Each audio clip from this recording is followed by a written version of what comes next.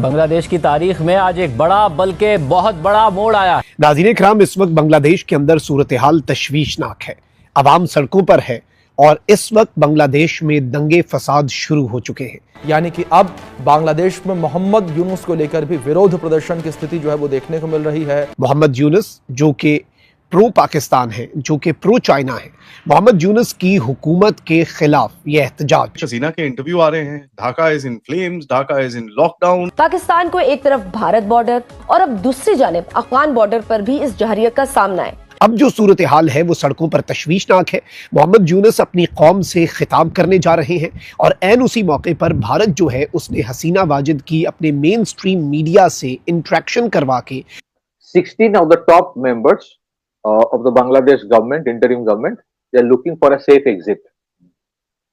आप ये देखें, ओवरऑल बात करें ना तो एशिया के अंदर इस टाइम मेरे ख्याल से अगर बेस्ट कंट्री है तो वो इंडिया है। ठीक है। इवन कि मैं खुद पाकिस्तान में पैदा हुआ तो मैं कई दफ़ा ये सोचता हूँ कि काश मैं इंडिया में पैदा हुआ होता। ऐसे थॉट्स क्यों आती हैं आपको?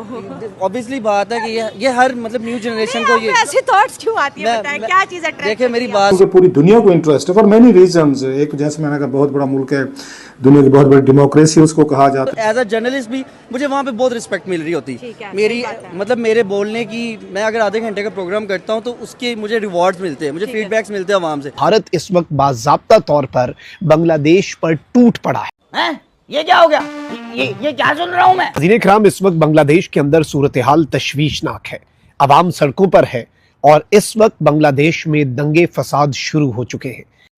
क्यों? क्या हुई? मोहम्मद यूनुस जो कि प्रो पाकिस्तान है, जो कि प्रो चाइना है, मोहम्मद यूनुस की हुकूमत के खिलाफ ये एहतजाज भारत की ईमा पर, भारत की सपोर्ट से हसीना वाजिद के जो सपोर्टर्स हैं वो इस वक्त ढाका की सड़कों पर हैं।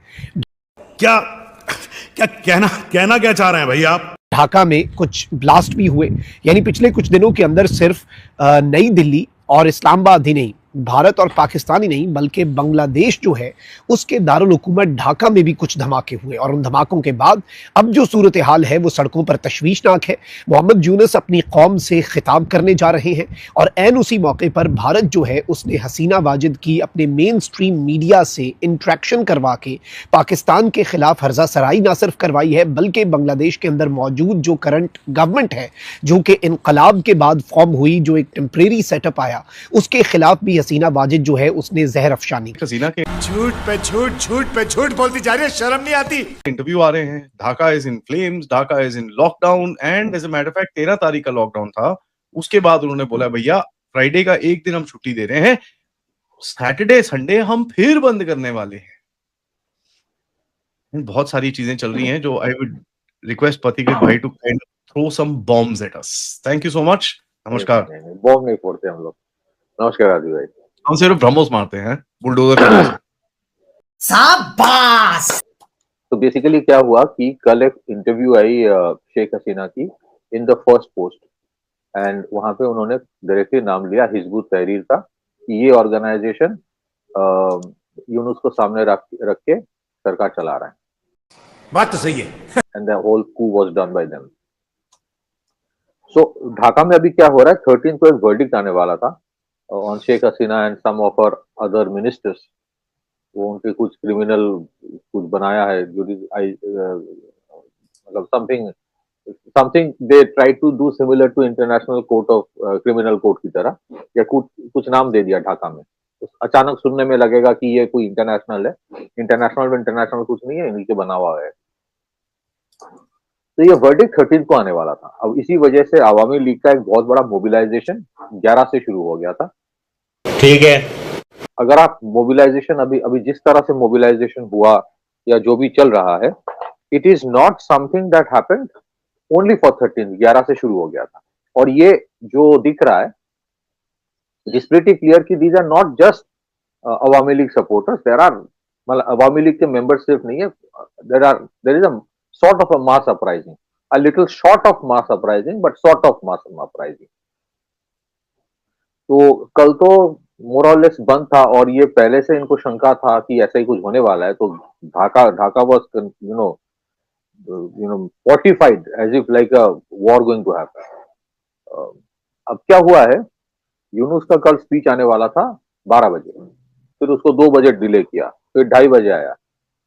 There are some social media उनके जो मेजर इन्फ्लुएंसर्स है, some of them are claiming कि कल सुबह जो है उनके जो मिनिस्टर्स है उनको एडवाइजर बोला जाता है, क्योंकि ये इंटरिम गवर्नमेंट है।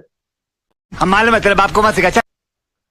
तो they went and met the charge d'affaires of US in Bangladesh, Tracy and Jacobson, and as per certain reports, ये verifiable नहीं है, but as per certain reports, 16 of the top members of the Bangladesh government, interim government, they are looking for a safe exit. सही पकड़े हैं। ठीक है, और एक शायद रिक्वेस्ट ये भी किया गया था कि जो भी अनाउंसमेंट्स होगा, कल एक जो स्पीच में दिया था यूनुस ने, ताकि उसके बाद कोई वायलेंस जमात की तरफ से या बीएनपी की तरफ से ना हो, ये अमेरिकन एम्बेसी में जाके रिक्वेस्ट करवाया जा रहा है। खाओ मां कसम। तो बेसिकली बीएनपी एंड जमात जो एक टाइम एकदम यूनुस के पीछे खड़ा था, आज बहुत सारे दरार आ गया है। कल यूनुस का जो स्पीच था उसको देखे, मतलब अच्छा, what is the version that the government is giving, कि कल जो सन्नाटा था वो सन्नाटा इसलिए था कि सुबह से लोग बैठे थे कि यूनुस स्पीच देंगे वो सुनने के लिए।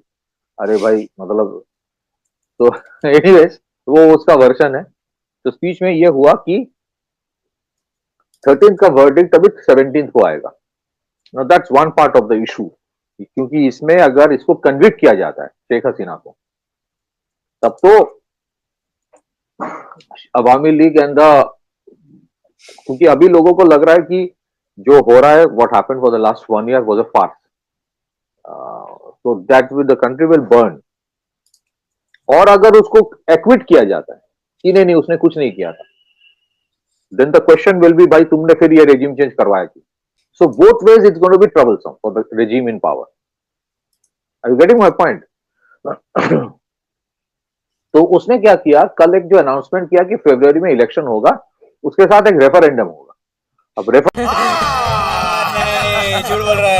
रेफरेंडम क्या है कि 4 सवाल हो गए। वो जो जुलाई डिक्लेरेशन था उनके, जब मूवमेंट पिछली साल चली थी, अब तुम लोग गलती से अगर नए हो तो सब्सक्राइब करो, वो जो लाल वाला बटन है उस पर अपने जीजा जी फेंक के मारो या फूफा जी, मुझे नहीं पता, बस क्लिक हो जाना चाहिए।